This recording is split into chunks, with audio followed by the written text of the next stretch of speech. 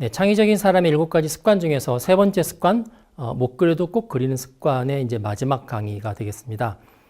네, 창의적인 사람들은 이제 그 습관적으로 그림 그리는 걸 통해서 문제에 관한 이렇게 남다른 통찰력을 얻는 경우가 상당히 많이 있습니다. 그래서 이번 시간에는 이렇게 그림을 그려서 어떤 문제에 대한 통찰력을 어떻게 얻나, 그거 관련되어 있는 그리기 프레임워크가 있고요. 그다음에 그 프레임워크별로 실제로 제가 대학 안에서 어떤 여러 가지 이 계획을 세우거나 어떤 해결책을 냈을 때 사용했던 그림 샘플들을 몇 개 제가 보여드리면서 실제도 이렇게 적용될 수 있다 하는 것을 같이 체험해보는 그런 시간을 갖도록 하겠습니다.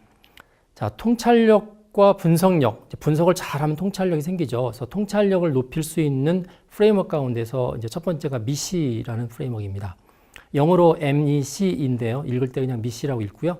Mutually Exclusive and Collectively Exhaustive라고 되어 있습니다. 서로 상호 배타적이면서도 전체를 다 모았을 때 전체를 다 커버한다는 뜻인데요. 우리 한글로 말하면 이제 누락하는 것도 없고 중복되는 것도 없다. 수학적으로는 합집합은 100%고 교집합은 0%다. 이렇게 볼 수가 있습니다. 어떤 분석하려는 대상을 그걸 구성하고 있는 구성 요소들로 이렇게 분류를 하죠. 그러면은 그 분류한 구성 요소들 전체를 모으면 전체 대상이 100% 되는 거고요. 그 구성 요소들 가운데 겹치는 것들이 또 하나도 없는 그렇게 이제 그림을 그려가는 거가 미시 프레임워크이다라고 보시면 될 것 같습니다. 이 미시 프레임워크를 사용하는 것을 실생활에서 우리가 이제 그림이 아닌 곳에도 많이 쓰고 있는데, 뭐 예를 들면 이렇죠. 자, 이메일을 받았습니다. 그럼 이메일을 받은 경우에 어떤 사람들은 이메일을 폴더별로 이렇게 분리해서 넣는 경우가 있죠. 이거는 친구한테 온 이메일, 이건 프로젝트, 이거는 뭐 누구 이렇게. 그러다 보면 모든 이메일은 어느 폴더인가는 다 들어가야 되죠.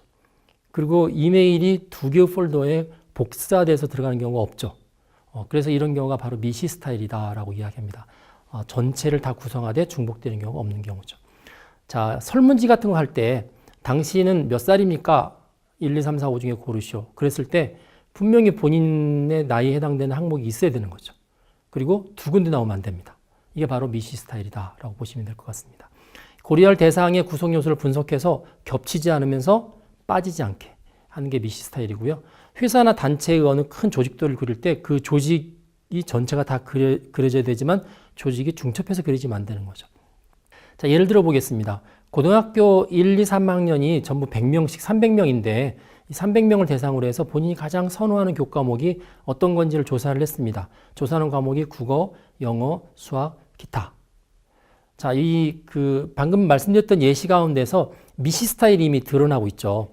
실제로 이제 조사를 하게 되면 무슨 통계 자료가 잡히겠죠. 1학년, 2학년, 3학년, 그리고 각각 국어, 영어, 수학, 기타.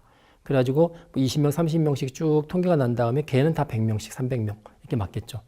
그러면 이제 질문이 뭐냐면 이거를 그림으로 나타내라. 그림으로 나타낼 때 미시 스타일이 잘 준수가 되도록 나타내라 하는 건데요. 그림을 그리면 이렇게 되는 거죠. 이 고등학생의 전체 학년은 1학년, 2학년, 3학년 그 외에는 없습니다. 어떤 학생이든지 이 셋 중에 하나에 들어가는 거죠. 그 다음에 본인이 선택했던 선호 과목을 이제 하나씩만 선택하게 하는 거죠. 그럴 경우에 국어, 영어, 수학, 기타. 그러니까 국영수가 아닌 경우는 기타에 다 들어가면 되는 거기 때문에 이 경우도 역시 미시 스타일이 되는 겁니다. 그래서 이런 미시 프레임워크에 의해서 어떤 문제를 파악하게 되면 자, 첫 번째, 이 문제가 어떤 구성 요소로 되어 있는지를 금방 알 수 있고요. 뭐가 빠졌는지도 금방 알 수가 있습니다. 그래서 굉장히 간단한데 매우 중요한 게 바로 이 미시 스타일의 프레임워크이다라는 겁니다. 네, 두 번째 예는 실제 저희 대학에서 사용했던 예입니다. 대학이라는 시스템이 아주 거대한 교육 시스템이죠. 교양도 있고 전공도 있고 또 동아리라든지 뭐 여러 가지 경진대회 관련된 뭐 리더십 이런 비교과, 학점으로 인정받지 않지만 돌아가는 교육 프로그램을 비교과라고 합니다. 전공 교양은 교과죠. 그래서 이런 전체 교양 과정, 전공 과정, 비교과가 1학년, 2학년, 3학년, 4학년 전체에 걸쳐서 다 이루어지죠. 그래서 이런 복잡한 대학 시스템을 어떻게 하면 한 장으로 그릴 수 있을까 이제 고민을 해서 그렸던 부분이 이제 제가 있는 대학에 관한 경우이긴 하지만 이제 지금 보시는 것처럼 이렇게 한 장으로 나와 있습니다. 이 한 장의 그림을 가만히 들여다보시면 앞에 설명했던 그리기의 기본 패턴, 그 다음에 프레임워크가 그 안에 이렇게 다 녹아져 있는데요. 몇 군데만 이제 집어서 이야기를 한번 해보죠. 먼저 좌에서 우로의 큰 틀은 진입관리라는 박스가 있고요. 졸업인증이라는 박스가 있고 그 사이에 앞에서 다루었던 IPO 패턴을 따릅니다. 인풋, 프로세스, 아웃풋. 교육 시스템이 원래 그렇죠. 보통 시스템은 IPO 패턴을 따른다고 이야기했죠. 그다음에 진입관리가 이루어진 다음에의 교육과정은 교양, 전공, 비교과 3개로 이루어져 있는데 이거 외에는 교육과정이 없습니다. 그리고 얘들끼리는 겹치지 않습니다. 그래서 얘는 미시 프레임워크를 따른다고 볼 수가 있습니다. 그다음 진입관리 앞쪽에 보시면 5개의 진입 대상이 나오죠. 신입생도 있고요. 뭐 여러 가지 편입생도 있고 여러 가지 형태가 있죠.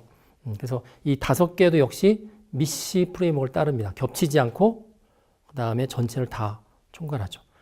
가운데 오시면은 전공 교육 과정이 있는데 이 전공 교육 과정 안에 보시면 이렇게 또 몇 가지 흐름들이 이렇게 쭉 이어가 있습니다. 화살표에 의해서 흘러가죠. 이게 플로우죠. 플로우형 프레임워크이다라는 걸 알 수가 있습니다. 그래서 그림이 아주 간단한데 기본적으로 우리가 쓰고 있는 미시 프레임워크, 플로우 프레임워크, 그 다음에 여러 가지 기본 패턴들이 쭉 나와서 큰 틀을 이루고 있기 때문에 그 복잡한 대학 시스템을 이 한 장에 의해서 이렇게 감을 잡을 수 있는 그런 그림입니다. 처음에 이 그림을 그려서 제가 이제 바깥에다가 저희 학교 소개할 때 제시를 했는데 많은 분들이 보시고 이렇게 간단히 대학을 표시할 수 있는 거에 대해서 굉장히 좋은 아이디어다 이렇게 칭찬을 받았던 기억이 있습니다. 형태 분석 프레임워크라는 두 번째 프레임워크에 대해서 한번 알아보겠습니다. 형태 분석 프레임워크를 영어로는 모폴라지컬 차트라고 합니다. 모폴라지라는 게 보통 골상학이죠. 뼈 모습을 다루는 게 보통 골상이라고 하는데 모폴로지컬 차트. 그래서 형태 분석 프레임워크인데 이거는 미국의 이제 캘리포니아 공과대학 보통 칼텍이라는 데에 보면 그 여러 엔지니어가 근무하시는데 그 중에 프리츠 츠비키라는 박사님이 제안했던 겁니다. 3차원의 미시입니다. 자, 미시는 미시인데 앞에 미시는 1차, 2차원 위주로 했는데 여기 3차원입니다. 그래서 공간으로 따지면 X축, Y축, Z축 3개가 다 있죠. 그래서 어느 쪽이든지 전체를 나타내고 그 다음에 겹치는 게 없도록 해서 3축을 다 잡습니다. 자, 그렇게 되면 X축의 X, Y축의 Y, Z축의 Z. 그럼 이제 요 좌표가 겹친 그 영역에 3차원상의 어떤 구성 요소가 표현이 되죠. 그게 적절한 포지션이 나오게 됩니다. 그래서 이런 형태 분석 프레임워크를 가지고 그리는 순서는 일단은 3개 축을 잘 추출해야 되고요. 그 다음에 3개 축 안에 각 좌표마다 어떤 하위 요소들이 있죠. 어떤 거가 들어가는지 미시 형태로서 잘 추리는 게 중요합니다. 그리고 나서 이 3개 축 사이에 만나는 공간, 그 공간에 기존의 구성 요소들을 잘 배치하는 거죠. 그렇게 하면 됩니다. 장점은 어느 특정한 구성 요소도 이 형태 분석 프레임워크 안에 이렇게 위치 매김이 되기 때문에 그 어떤 구성 요소의 특성을 잘 파악할 수 있고요. 또 비어있는 공간들이 있죠. 그 비어있는 공간은 새롭게 구성 요소를 만들 수 있는 가능성을 의미합니다. 그래서 새로운 프로그램을 개발하거나 뭐 새로운 어떤 시스템을 도입할 때 이 형태 분석 프레임워크를 사용하면 좋습니다. 실제 이제 저희 대학에서 쓰고 있는 형태로 한번 이거를 적용을 시켜 보겠습니다. 대학의 3개 축, X, Y, G라는 3개 축을 교육 공간, 교육 지도자, 교육 과정 이렇게 나눴습니다. 교육 공간은 보통 이제 그 실제 강의실이 있는 캠퍼스, 요즘은 교육을 기업체 가서 많이 하죠. 산업체. 그다음에 요즘은 이제 사이버 공간도 있죠. 이런 식으로 이렇게 나누는 거죠. 그래서 전체적으로 이 형태 분석에 의해서 전체적으로 이 대학의 어떤 교육의 구성 요소들을 나눠봤을 때 이제 그림처럼 마치 큐빅 형태로 존재를 하게 됩니다. 그래서 이 큐빅 형태의 각각의 축을 보시면 한쪽에 교육 공간에는 방금 말씀드렸던 3개의 요소가 있고요. 그 다음에 교육 지도자에는 교수도 있지만 요즘 이제 기업체 사람들이 교육도 많이 시키죠. 기업인이 있고 학생들이 스스로도 공부하는 경우가 있습니다. 그래서 학생, 교수, 기업인. 자, 3개가 전체이고 중첩되지 않죠. 역시 미시 프레임워크이죠. 그 다음에 교육 과정도 마찬가지입니다. 비교과, 전공, 교양 이렇게 되어 있습니다. 그래서 보면은 이제 이 사이 이 3개의 축이 이루는 그 3차원 공간 가운데서 뭐 전공 수업은 어느 위치에 해당이 되고 교양 수업은 어느 위치에 해당이 되고 동아리 볼까요? 동아리는 캠퍼스에서 이루어지면서 학생들이 주관이 돼서 교육을 하고 그 다음에 비교과 교육 과정이죠. 그럼 이제 동아리 위치가 딱 정해져 있는 거죠. 인턴십이라고 그러면 인턴십은 산업체에서 이루어지면서 기업인이 주도가 되죠. 기업인이 주도되고 전공 수업 가운데서 이루어지면 전공 인턴십 이렇게 되는 겁니다. 그래서 기존의 대학 교육 프로그램들이 이 3차원 공간에 매핑이 되고 또 하나는 비어있는 공간들 있죠. 그 비어있는 공간에 찾아서 이번엔 캠퍼스에서 기업인들이 비교과를 할 수 있는 게 뭘까? 뭐 그런 프로그램들을 새롭게 찾아낼 수 있도록 하는 거가 바로 이 행태 분석을 근거로 한 프레임워크이라고 볼 수가 있습니다. 자, 세 번째 프레임워크를 봅니다. 보통 이제 로직 트리라고 되어 있는데 논리 트리라고 되어 있는데요. 다른 말로는 피라미드 스트럭처, 피라미드 구조 또는 이슈 트리 이렇게 이야기도 합니다. 자, 이건 어떤 거냐면 어떤 문제에 대해서 도대체 이거는 왜 이런 문제가 발생을 했을까? 원인을 찾는 거예요. 원인을 찾을 때 논리적으로 찾는 거죠. 그래서 질문이 왜를 던집니다. 왜 이런 문제가 생겼지? 왜 이런 문제가 생겼지? 그래서 원인을 쭉 찾는 거죠. 그래서 원인이 더 이상 나오지 않을 정도까지 철저하게 찾는 겁니다. 그런 면에서는 앞에 이야기했던 그 미시 스타일입니다. 미시 프레임워크이죠. 왜라는 첫 번째 질문에 원인들이 쭉 나오는 거죠.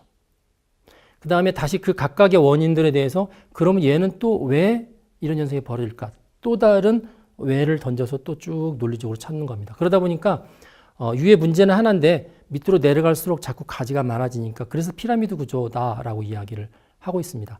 자, 이제 다 찾았습니다. 그러면 맨 바닥에는 원인 되는 게 있죠. 그러면 그 원인 되는 거를 가지고 문제를 해결하면 됩니다. 그걸 해결하기 위해서 그러면 이렇게 하면 되겠다라고 해서 원인이 한 10가지인데 해결책은 한 두세 가지 이렇게 꺼내게 됩니다. 그러면 이제 해결책 부분에 있어서는 역피라미드 형태가 나오게 되는 거죠. 그래서 그 각각의 피라미드의 각 단계 계층마다 최대한 미시 프레임워크를 유지하도록 합니다. 겹치지 않으면서도 모든 원인을 다 커버할 수 있을 만큼 철저하게 잘 찾는 거죠. 그래서 이걸 이제 논리적으로 따지면 피라미드 형태로 이렇게 쭉 밑으로 이렇게 세분화되는 것을 귀납적 과정이라고 하고요. 반대로 나와 있는 원인을 토대로 해서 해결책을 찾아가는 것을 보통 연역적 과정이다라고 이야기를 합니다. 그래서 앞에는 why라는 왜라는 거고요. 밑에는 그래 이렇게 나왔으면 그렇다면 우리는 뭘 하지? So what? 그래서 뭘 해? 이렇게 질문을 마지막 단계에서 던져주는 형태가 되겠습니다. 자, 예를 한번 들어볼까요? A 대학의 졸업생이 취업률이 낮다. 왜 낮을까? 이거를 로직 트리를 가지고 한번 찾아보도록 하겠습니다. 자, 보시면 맨 위에 취업률이 낮다는 문제 자체가 정의되어 있죠. 그 밑에 이제 세 개의 원인이 이렇게 나와 있습니다. 논리적으로 왜라고 물어서 이렇게 끄집어내는 거죠. 그래서 첫 번째 보면 대학생들의 늦은 취업 준비가 하나의 원인이다. 두 번째 보니까 취업률이 낮은 전공들이 그 학교에 많이 있다. 세 번째, 대학이 꼭 취업과 연관이 되어야 되느냐, 취업과 무관하다는 인식을 구성원들이 가지고 있다. 뭐 이렇게 한 세 가지 정도로 나눴죠. 세 가지가 미시 스타일의 원인 분석이라고 볼 수 있고요. 또 각각은 또 이렇게 하나나 두 개나 세 개로 또 쪼개집니다. 이렇게 밑으로. 그래서 전체적으로 피라미드 구조가 되는 거죠. 그럼 맨 밑에 있는 걸 가만히 보면은 이쪽에 있는 원인과 이쪽에 있는 원인을 엮으면 이렇게 대안을 세우면 되겠네. 밑에 보시면 파란색으로 대학 구성원의 취업에 대한 인식 전환이 중요하다. 그러면 이 두 가지 문제는 해결되겠다. 또 하나는 대학의 구조 조정을 해서 교과 과정도 개편하고 입학 정원도 조정하면 또 위에 있는 세 가지는 되겠다. 이게 이제 해답에 해당되는 거죠. 그래서 위쪽은 귀납적, 밑에는 연역적이라고 이야기하고 이런 로직 트리를 이용하면 정말 논리적으로 어떤 문제들의 원인을 분석해서 대안을 세울 수 있는 좋은 방법이다. 그런 방법으로 알려져 있습니다.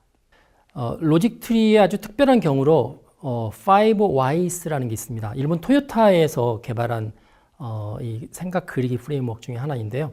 말 그대로 왜라는 질문을 연속해서 5번 하는 겁니다.